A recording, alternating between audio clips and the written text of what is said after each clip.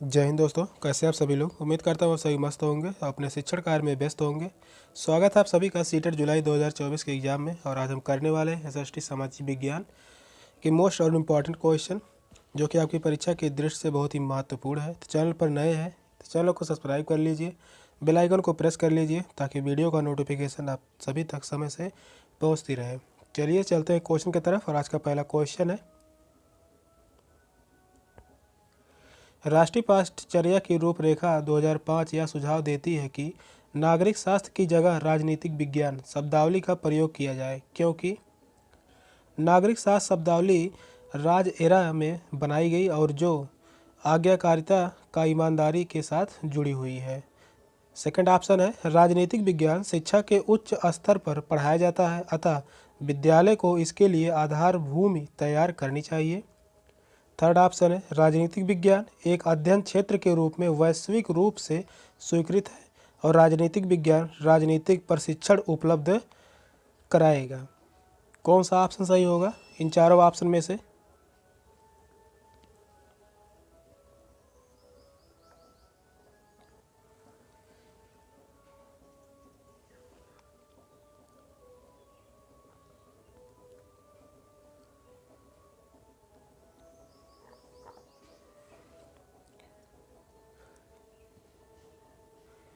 तो नागरिक शास्त्र की जगह राजनीतिक विज्ञान शब्दावली का प्रयोग किया जाए, क्योंकि राजनीतिक विज्ञान एक अध्ययन क्षेत्र के रूप में वैश्विक रूप से स्वीकृत है। इस क्वेश्चन का राइट आंसर है ऑप्शन सी। नेक्स्ट क्वेश्चन है, समूह शिक्षण। समूह शिक्षण क्या है? स्कूल में शिक्षकों के समूहों के बीच स्वस्थ प्रतिस्पर्धा को प्रोत्साहित करता है। विद्यार्थियों को उनकी योग्यता के अनुसार छोटे समूहों में बांटकर शिक्षण है। संसाधनों, रुचि व विशेषज्ञता का इष्टतम उपयोग करने हेतु शिक्षकों के समूहों द्वारा शिक्षण शिक्षकों के अनुपलब्धता से निपटने का उपाय है। कौन सा ऑप्शन सही होगा इन चारों ऑप्शन में से? तो समूह शिक्षण क्या है, कौन सा ऑप्शन सही है?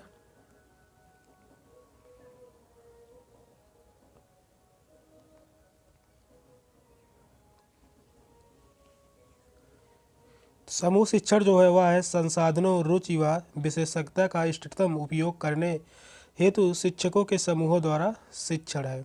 इस क्वेश्चन का राइट आंसर है ऑप्शन सी। नेक्स्ट क्वेश्चन है, सामाजिक विज्ञान में आकलन का मुख्य उद्देश्य होना चाहिए।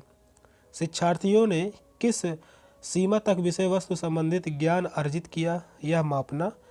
परीक्षा उत्तीर्ण करने वाले विद्यार्थियों में ज्ञान की वांछित शैक्षणिक गुणवत्ता बनाए रखना। यह विश्वसनीय प्रतिपुष्ट फीडबैक उपलब्ध कराना कि किस सीमा तक शैक्षिक उद्देश्य की प्राप्ति हुई है। और शिक्षार्थियों द्वारा मानविकी में सफल जीवन वृत्ति को आगे बढ़ाने में संभावनाओं की भविष्यवाणी करना। कौन सा ऑप्शन सही है?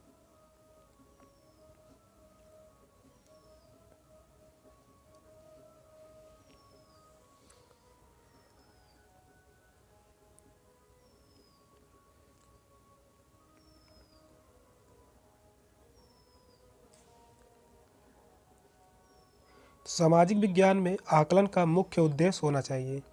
कौन सा ऑप्शन सही है?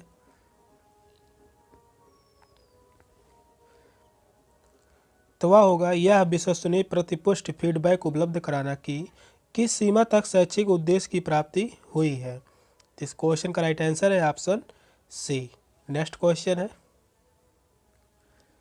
बाल केंद्रित शिक्षा शास्त्र बाल केंद्रित शिक्षा शास्त्र है। फर्स्ट ऑप्शन है बच्चे की इच्छा अनुसार शिक्षण। सेकंड ऑप्शन है शिक्षक बच्चों के गोल घेरे में बीच में खड़ा होकर संकल्पनाओं को स्पष्ट करता है और बच्चे के अनुभवों, उनके विचारों और उनकी सक्रिय सहभागिता को प्राथमिकता देना और वैयक्तिक ध्यान को सुनिश्चित करने के लिए छोटे शिशु देखभाल केंद्र पर बच्चों को पढ़ाना। कौन सा ऑप्शन सही है?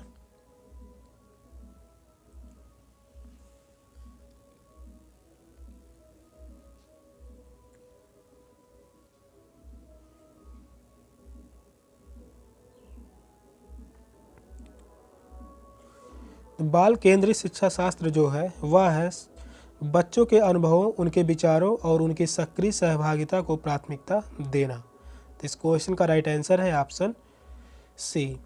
अनुभव जो है या विचारों, उनकी सक्रिय सहभागिता जो यह पॉजिटिव टैग वर्ड है। तो इस क्वेश्चन का जो राइट आंसर है ऑप्शन सी। नेक्स्ट क्वेश्चन है, सामाजिक और राजनीतिक जीवन पाठ्य पुस्तकें बच्चे के संसार के प्रति शिक्षा को संदर्भित करने के लिए निम्नलिखित में से किस पद्धति का उपयोग करती है?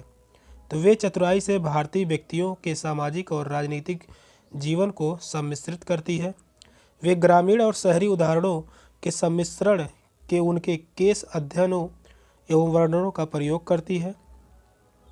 वे इस संदर्भ में किए गए अनेक सर्वेक्षण के निष्कर्षों का उदाहरण देती है और वे ध्यान भंग होने से बचने के लिए तस्वीरों को सम्मिलित करती है। कौन सा ऑप्शन सही है?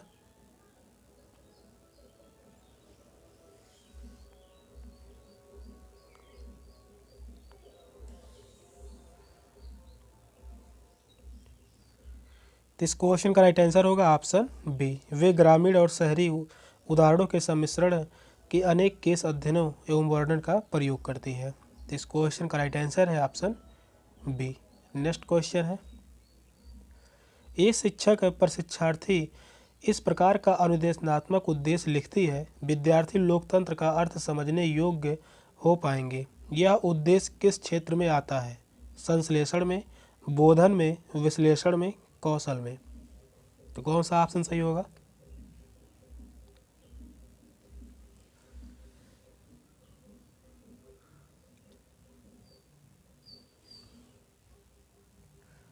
तो यह जो उद्देश्य है यह दो क्षेत्रों से होता है, एक है बोध यानी बोधन और एक समझ।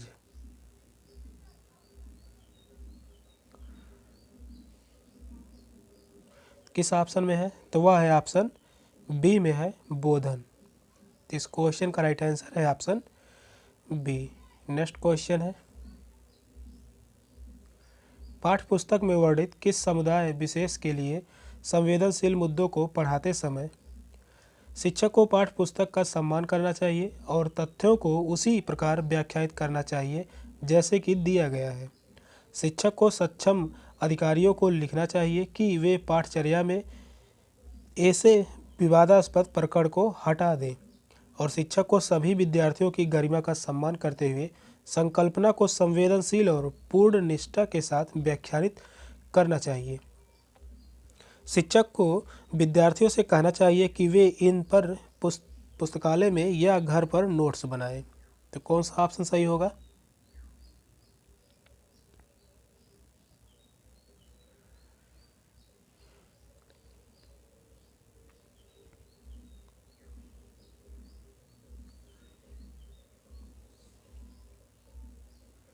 इस क्वेश्चन का राइट आंसर होगा ऑप्शन सी।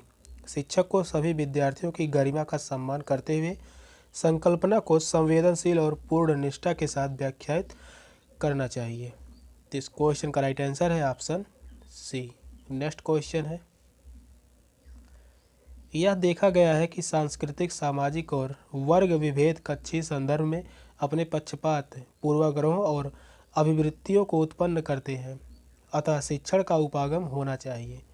चर्चा उन्मुखी, मुक्त अंत, व्याख्यान पद्धति, परियोजना उन्मुखी? कौन सा ऑप्शन सही होगा? सटीक आंसर कौन सा होगा?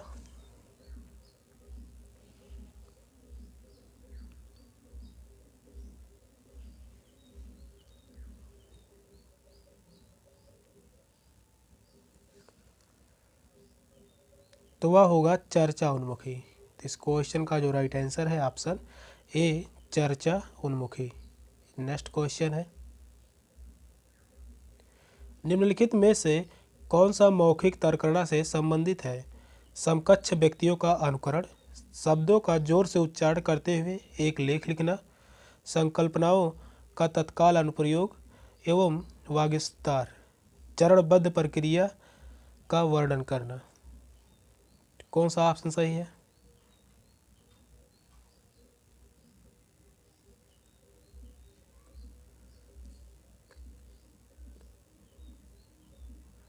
तो मौखिक तर्कण से संबंधित है, तो वह संबंधित है संकल्पनाओं का तत्काल अनुप्रयोग एवं वाग्विस्तार। तो इस क्वेश्चन का राइट आंसर है ऑप्शन सी। नेक्स्ट क्वेश्चन है, सामाजिक विज्ञान कक्षा में अन्योन्य क्रिया पर्यावरण को बढ़ावा देने के लिए निम्नलिखित में से कौन सा उपागम सबसे उपयुक्त होगा? सुनना और अभ्यास करना, लगातार जांच, व्याख्यान एवं स्पष्टीकरण, वृत्त चित्र डॉक्यूमेंट्रीज दिखाना। कौन सा ऑप्शन सही होगा?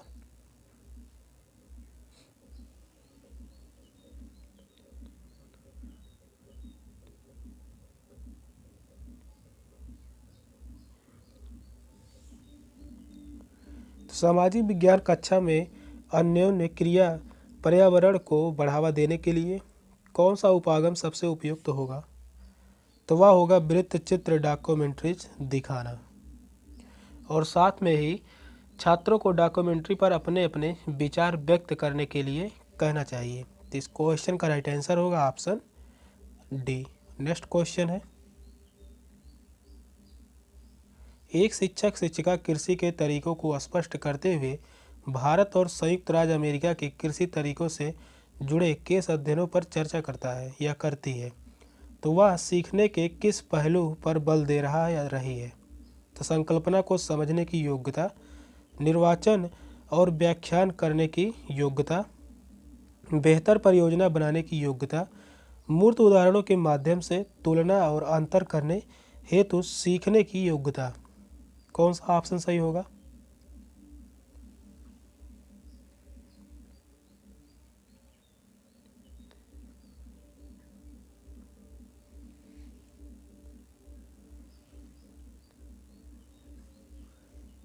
तो इस क्वेश्चन का राइट आंसर होगा ऑप्शन डी होगा, मूर्त उदाहरणों के माध्यम से तुलना और अंतर करते हेतु सीखने की योग्यता। ये जो तुलनात्मक अध्ययन भी शिक्षण का प्रभावशाली तरीका होता है। तो इस क्वेश्चन का जो राइट आंसर है ऑप्शन डी। नेक्स्ट क्वेश्चन है, प्रश्न उत्तर तकनीक सामाजिक विज्ञान शिक्षण में काफ़ी प्रभावी हो सकती है क्योंकि यह डैश डैश को सुनिश्चित करती है। अधिक अनुशासित कक्षा, शिक्षार्थियों द्वारा सक्रिय सहभागिता, परीक्षा को बेहतर तरीके से करने संबंधी विद्यार्थियों की योग्यता और विद्यार्थियों द्वारा अच्छी तैयारी के साथ कक्षा में आने। कौन सा ऑप्शन सही है?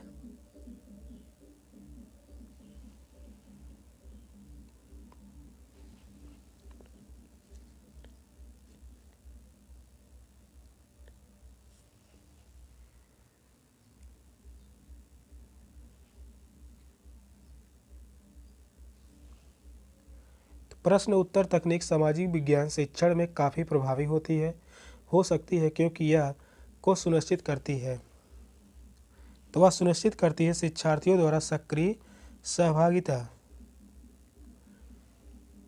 सामाजिक विज्ञान में प्रश्नोत्तरी तकनीक भी काफ़ी प्रभावी होती है और यह विद्यार्थी की सक्रिय भागीदारी को सुनिश्चित करती है। इस क्वेश्चन का जो राइट आंसर होगा ऑप्शन बी। नेक्स्ट क्वेश्चन है, प्रारंभिक स्तर पर इतिहास शिक्षण का सबसे महत्वपूर्ण और प्रभावी तरीका है। तो व्याख्यान पद्धति, चर्चा पद्धति, प्रश्न उत्तर पद्धति, कहानी कथन पद्धति। कौन सा ऑप्शन सही है?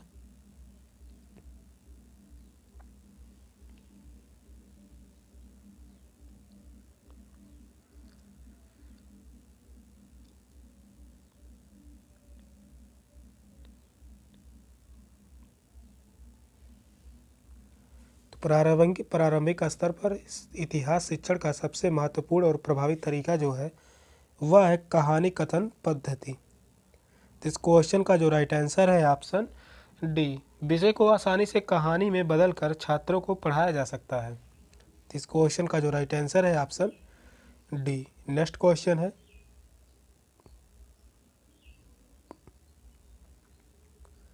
सहयोगी अधिगम की प्रक्रिया को बढ़ावा देने के लिए शिक्षक को सामूहिक परियोजना कार्य देने चाहिए, वाद विवाद और चर्चाओं में विद्यार्थियों को शामिल करना चाहिए, कक्षा को समरूपी योग्यता समूहों में विभाजित करना चाहिए और प्रत्येक विद्यार्थी को दत्त कार्य देना चाहिए। कौन सा ऑप्शन सही होगा इन चारों ऑप्शन में से?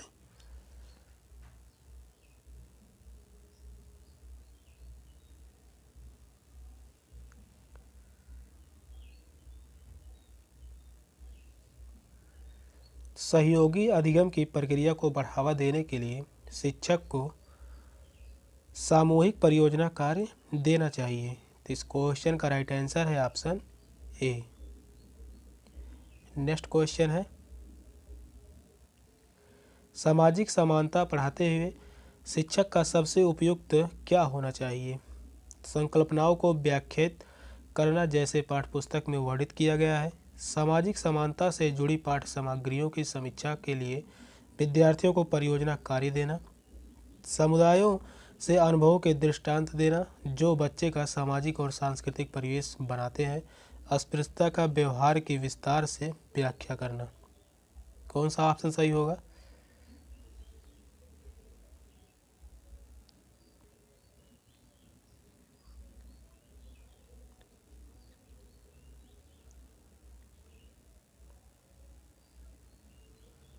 तो सामाजिक समानता पढ़ाते हुए शिक्षण का सबसे उपयुक्त क्या तरीका होगा? कौन सा ऑप्शन सही है? तो वह होगा समुदाय में अनुभवों के दृष्टांत देना जो बच्चे का सामाजिक और सांस्कृतिक परिवेश बनाते हैं। तो इस क्वेश्चन का राइट आंसर है ऑप्शन सी। छात्र किसी विषय को किताबों की अपेक्षा अपने आसपास के वातावरण, घर एवं मित्रों के उदाहरण द्वारा अधिक तेजी से सीखते हैं। तो इस क्वेश्चन का जो राइट आंसर होगा ऑप्शन सी। सेशन का लास्ट क्वेश्चन था। क्वेश्चन कैसे लगे कमेंट में ज़रूर बताइएगा। चैनल पर नए हैं तो चैनल को सब्सक्राइब कर लीजिए। मिलते हैं फिर अगले वीडियो में। तब तक के लिए बाय बाय, टेक केयर, जय हिंद।